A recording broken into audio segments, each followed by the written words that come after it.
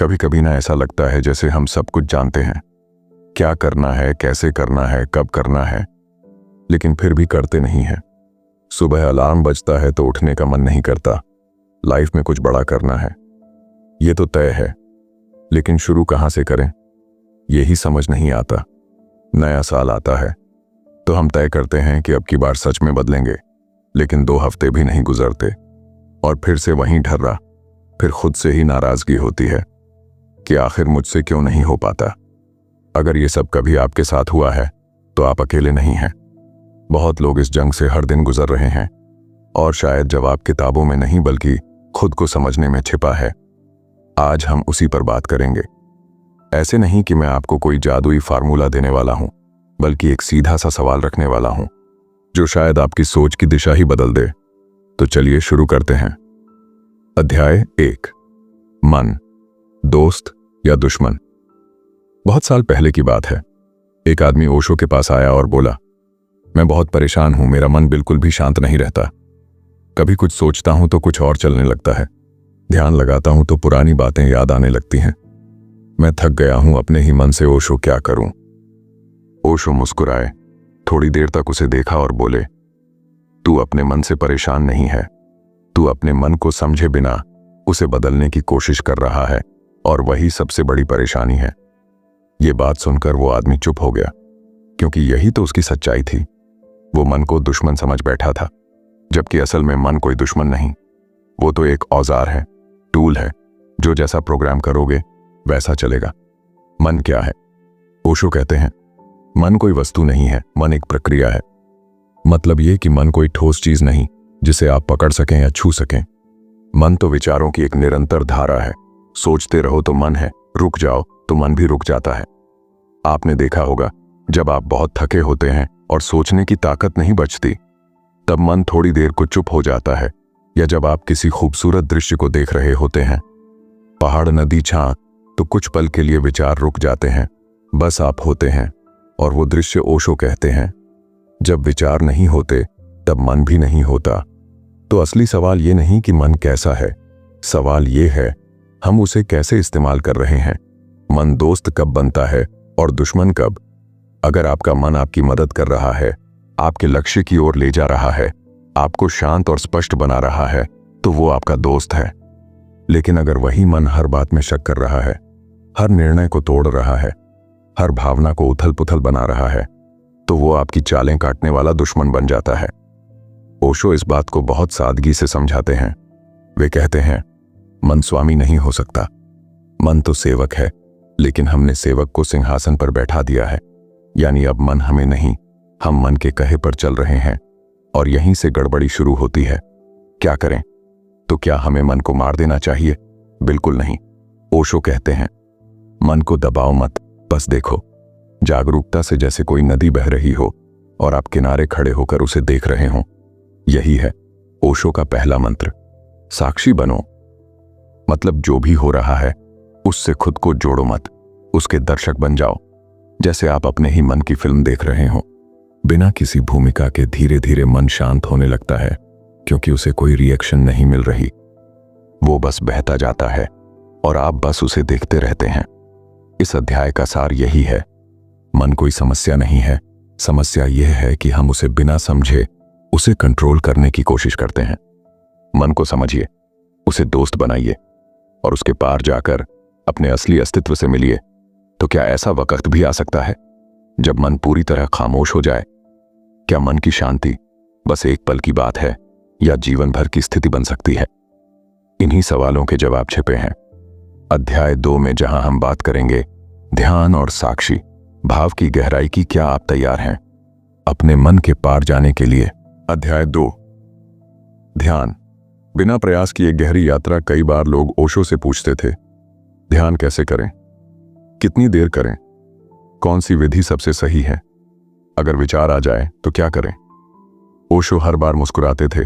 कभी कोई कहानी सुनाते, कभी चुप हो जाते और कभी सिर्फ एक ही बात कहते, ध्यान कोई करना नहीं है, ध्यान तो घटता है।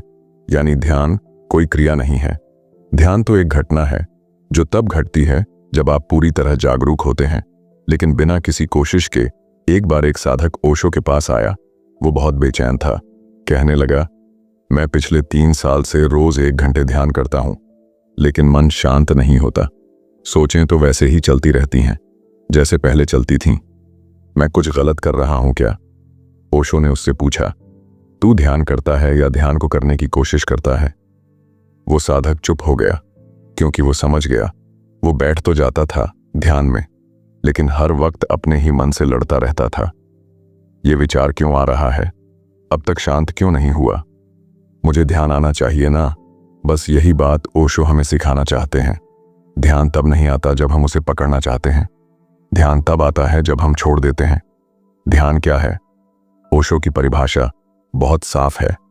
ध्यान मतलब जागरूकता। ध्यान का मतलब है हर चीज को पूरी होश के साथ देखना, हर काम को पूरे सचेत भाव से करना। कोई दिखावा नहीं, कोई बनावटी मुद्रा नहीं।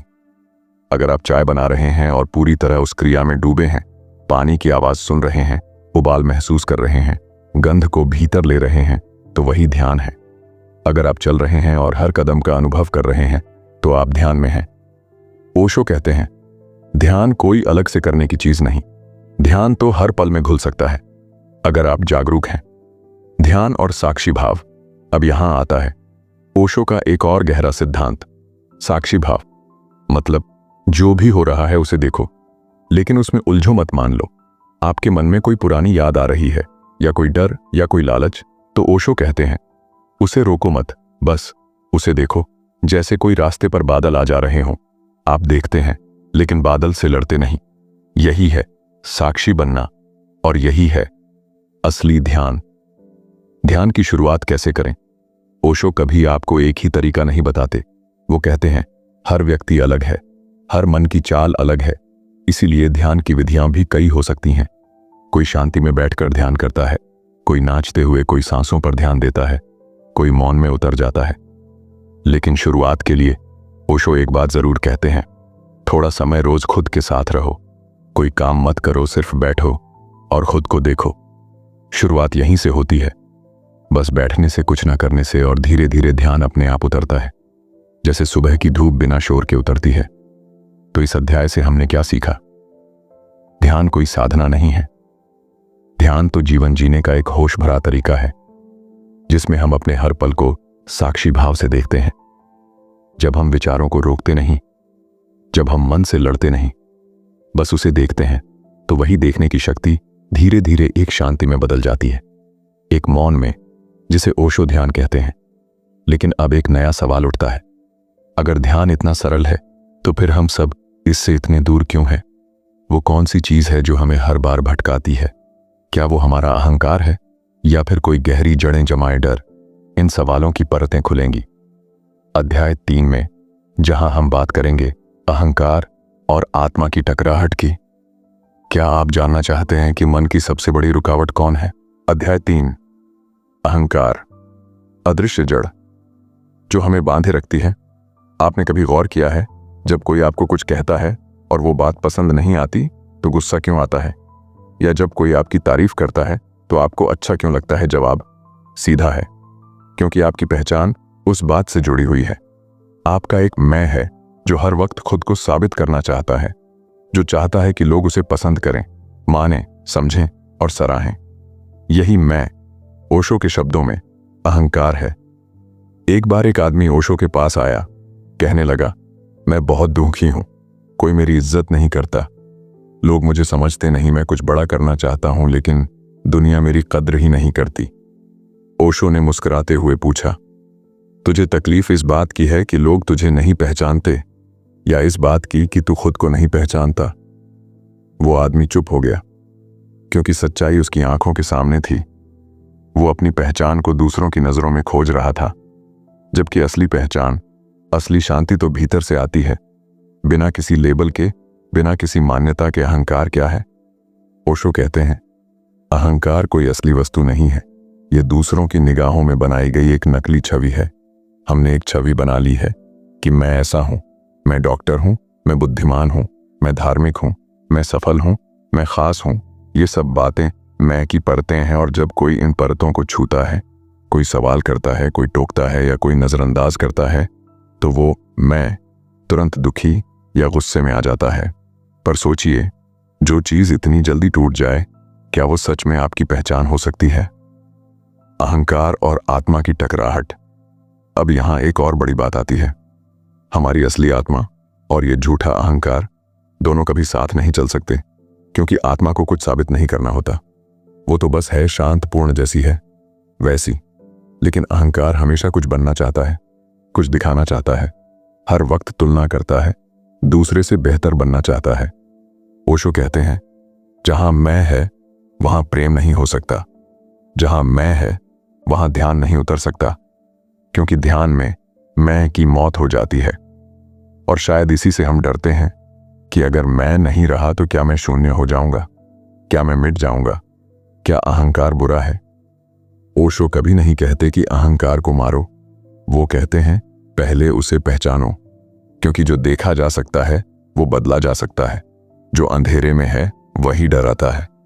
आप जब देखना शुरू करते हैं कि अरे ये जो मुझ में गुस्सा आ रहा है, ये मेरी पहचान बचाने की कोशिश है, ये जो मैं खुद को दूसरों से बेहतर दिखाना चाहता हूं, ये मेरे अहं की चाल है, तो धीरे धीरे अहंकार की पकड़ ढीली पड़ने लगती है। आप हंसने लगते हैं, अपनी मूर्खताओं पर आप हल्के हो जाते हैं, और फिर ध्यान उतरने लगता है, प्रेम पनपने लगता है, क्योंकि अब मैं बीच में नहीं है। इस अध्याय की गहराई यही है। अहंकार वो पर्दा है जो आत्मा को ढक देता है, और ध्यान वो रोशनी है जो इस पर्दे को पार कर देती है। जब आप मैं को देख पाते हैं, उसकी चालों को पहचान पाते हैं, तो आप धीरे धीरे उससे आजाद होने लगते हैं, बिना लड़े, बिना दबाए, सिर्फ जागरूक होकर। अगर ध्यान और आत्मा इतनी शांत हैं, तो फिर जीवन में इतना संघर्ष क्यों है? क्या हम केवल भीतर ही शांत रह सकते हैं, या इस बाहरी दुनिया में रहते हुए भी एक पूरा और संतुलित जीवन जिया जा सकता है? इसी सवाल का जवाब छिपा है अध्याय 4 में, जहां हम बात करेंगे आंतरिक स्वतंत्रता और बाहरी जिम्मेदारियों के संतुलन की। क्या आप जानना चाहते हैं कि ध्यान और दुनिया कैसे साथ चल सकते हैं? अध्याय 4, ध्यान और दुनिया। भीतर की शांति बाहर के जीवन में कैसे उतरे? एक दिन एक युवक ओशो के पास आया, काफी भावुक था। बोला, ओशो, मैं ध्यान करना चाहता हूं, भीतर शांति पाना चाहता हूं, लेकिन मेरी जिम्मेदारियां बहुत हैं। घर है, नौकरी है, परिवार है। जब बैठने का समय आता है तो मन थका हुआ होता है, और जब थोड़ा वक्त मिलता है तो दुनिया खींच लेती है। क्या ध्यान सिर्फ पहाड़ों में रहने वालों के लिए है, या आम आदमी भी इसे जी सकता है? ओशो कुछ देर चुप रहे, फिर बोले, तू 2 हिस्सों में बंटा हुआ है और ध्यान तुझे समग्र बनाना चाहता है। ध्यान और भागना, फर्क समझिए। ध्यान कोई भागने का नाम नहीं है। ओशो बार बार कहते हैं, ध्यान संन्यास नहीं है, ध्यान जीवन के बीचों बीच खड़े होकर जागने की कला है। बहुत से लोग सोचते हैं कि ध्यान का मतलब है सब छोड़ देना, शहर छोड़ना, काम छोड़ना, रिश्ते छोड़ देना। लेकिन ओशो के ध्यान का रास्ता ऐसा नहीं है। ओशो कहते हैं, अगर तुम भागकर पहाड़ों पर जाओगे तो अपने मन को भी साथ ही ले जाओगे, और वही उलझन वहां भी होगी, क्योंकि समस्या बाहर की नहीं है, समस्या भीतर की अचेतता है। ध्यान को जीवन में कैसे लाएं? ओशो का तरीका बहुत ही सरल है। वो कहते हैं, जो भी करो उसे पूरी जागरूकता से करो। अगर आप चाय बना रहे हैं तो चाय ही बनाइए, सोच मत ये किसी मीटिंग की या किसी बहस की। अगर आप किसी से बात कर रहे हैं तो पूरी तरह सुनिए, अपना ध्यान भटकाइए मत। हर काम को ध्यान बना दो तो पूरा जीवन ही साधना बन जाता है। ओशो कहते हैं, ध्यान कोई काम नहीं है जो दिन में आधा घंटा करना है। ध्यान तो जीने का तरीका है, पूरे होश के साथ। जिम्मेदारियां और ध्यान एक साथ कैसे? अब बात आती है, क्या हम सांसारिक जिम्मेदारियों के साथ ध्यान में रह सकते हैं? ओशो का जवाब है, हाँ बिल्कुल। वे कहते हैं, काम करो लेकिन काम में खो मत जाओ, रिश्ते निभाओ लेकिन खुद को मत खो दो, दुनिया में रहो लेकिन भीतर से जुड़े रहो। यह कोई 2 विरोधी बातें नहीं हैं, बल्कि ध्यान तुम्हें इस लायक बनाता है कि तुम दुनिया की भीड़ में भी अकेले हो सको, ताकि तुम भीड़ में रहकर भी भीतर से निर्लिप्त रह सको। इसका अर्थ यह नहीं कि तुम उदासीन बन जाओ, बल्कि इसका अर्थ है तुम जागरूक बन जाओ। तुम्हारे हर कर्म में होश हो, हर रिश्ते में गहराई हो, हर दिन में एक शांत केंद्र हो। मान लो तुम्हारे पास एक मोबाइल है, अगर तुम हर ऐप के नोटिफिकेशन पर रिएक्ट करते रहो तो तुम थक जाओगे। लेकिन अगर तुम्हें पता है कि किस बात पर ध्यान देना है और किसे बस देखकर छोड़ देना है, तो वही फोन एक साधन बन जाता है। ओशो यही बात मन और दुनिया को लेकर कहते हैं। अगर आप अपने मन को बिना जागरूकता के इस्तेमाल कर रहे हैं तो दुनिया बोझ लगती है, लेकिन अगर आप साक्षी भाव से जीना सीख जाते हैं तो वही दुनिया एक अवसर बन जाती है, जागने का, सीखने का, समझने का। इस अध्याय की खूबसूरती इसी में है कि ओशो हमें बताना चाहते हैं, ध्यान कहीं बाहर नहीं है, वो तो यहीं है, इस सांस में, इस पल में। आप चाहे ऑफिस में हो या ट्रैफिक में रिश्तों में उलझे हों या अकेलेपन से जूझ रहे हों, ध्यान हर जगह साथ चल सकता है। बस एक बात चाहिए, होश। जब आप होश में जीने लगते हैं तो फिर कोई जिम्मेदारी बोझ नहीं लगती, क्योंकि अब आप बाहर काम कर रहे होते हैं लेकिन भीतर से शांत होते हैं। अगर हम ध्यान और होश के साथ जी सकते हैं तो फिर दुख क्यों होता है? क्या दुख भी जरूरी है, या क्या हम उससे भी मुक्त हो सकते हैं? अध्याय 5 में जहां हम बात करेंगे दुख की असली प्रकृति और उससे आजादी की संभावना पर। क्या आप जानना चाहेंगे कि दुख वाकई क्यों होता है और क्या वो हमारे भीतर कुछ जगाने आया है?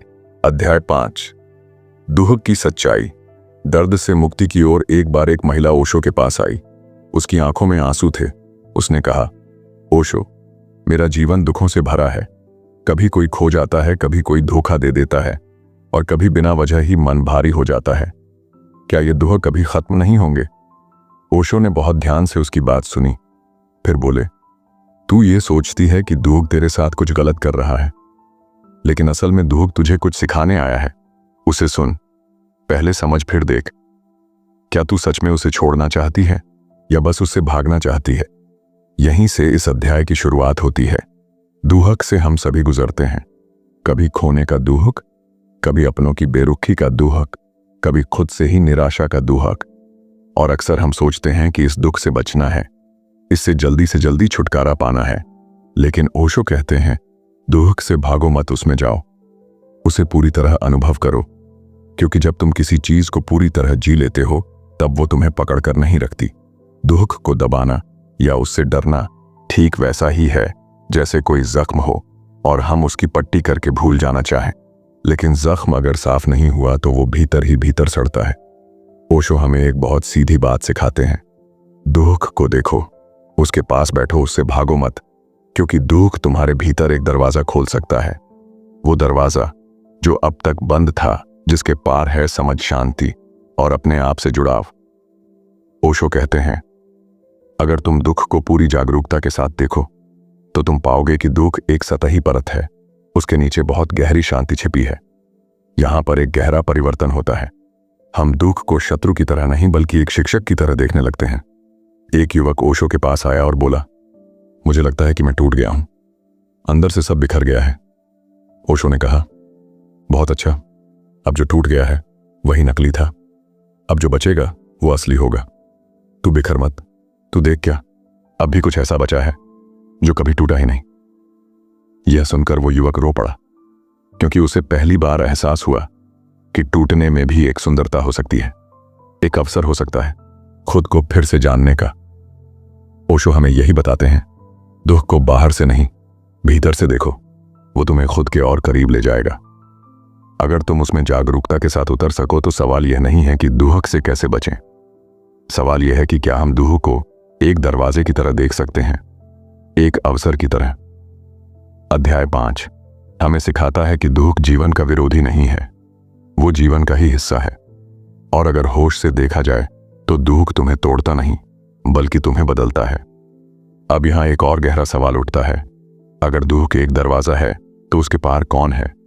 वो कौन सी अवस्था है जहां न तो दुख है न सुख, केवल मौन है, केवल होना है। अध्याय 6 में जहां हम बात करेंगे मौन, शून्यता और उस शांति की जो किसी कारण पर आधारित नहीं होती। क्या आप तैयार हैं उस मौन से मिलने के लिए जो केवल शब्दों के पार मिलता है? अध्याय 6 मौन और शून्यता। जब सब कुछ रुक जाए। एक बार किसी ने ओशो से पूछा, ओशो, आप हमेशा मौन की बात करते हैं, लेकिन ये मौन है क्या? क्या इसका मतलब बोलना बंद कर देना है? क्या शांत बैठ जाना ही मौन है? ओशो ने मुस्कुराकर कहा, बोलना बंद करना मौन नहीं है। बोलते हुए भी अगर मन में कोई हलचल ना हो तो वही मौन है। और अगर तुम चुप हो लेकिन भीतर विचारों की भीड़ चल रही है तो वो चुप्पी है, मौन नहीं।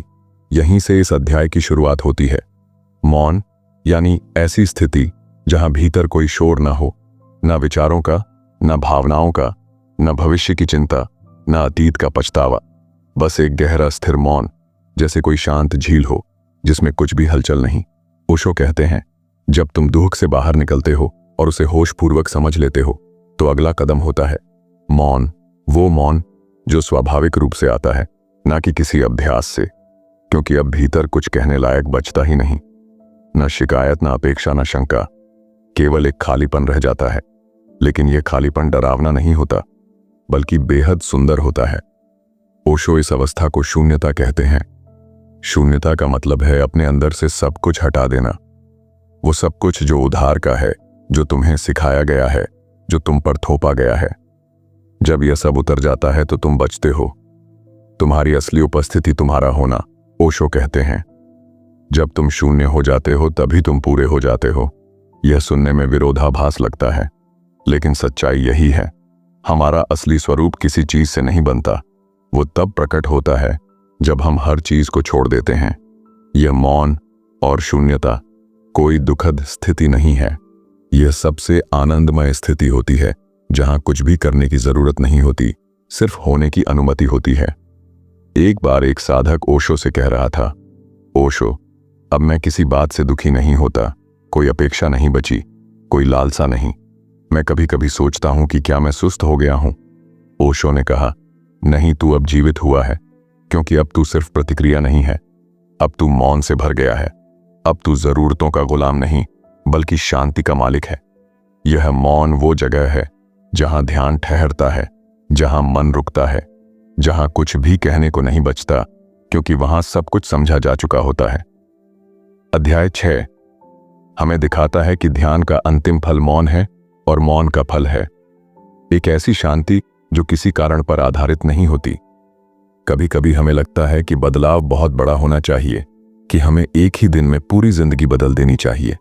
लेकिन सच्चाई ये है, असली बदलाव बहुत छोटे छोटे कदमों से शुरू होता है। एक छोटा सा निर्णय, एक ईमानदार नजर अपने भीतर और एक सच्चा सवाल खुद से, क्या मैं वाकई अपने जीवन को समझकर जी रहा हूं? आज के इस वीडियो में हमने यही बात समझी कि जवाब बाहर नहीं है, भीतर है। और जब हम ठहरते हैं, देखते हैं, तो धीरे धीरे सब साफ होने लगता है। अगर आज का कोई भी शब्द आपके भीतर कहीं छू गया हो तो बस इतना कीजिए, आज का एक पल सिर्फ खुद के साथ बिताइए। ना फोन, ना सोच, ना कोशिश, सिर्फ आप आपके साथ। और अगर ये सफर आपको सार्थक लग रहा है तो जुड़े रहिए, क्योंकि हम सब इसी रास्ते पर हैं। खुद को थोड़ा और गहराई से जानने के सफर पर ध्यान रखिए। आप अकेले नहीं हैं, और ये यात्रा एक दिन में पूरी नहीं होती, लेकिन हर दिन एक नई शुरुआत जरूर हो सकती है।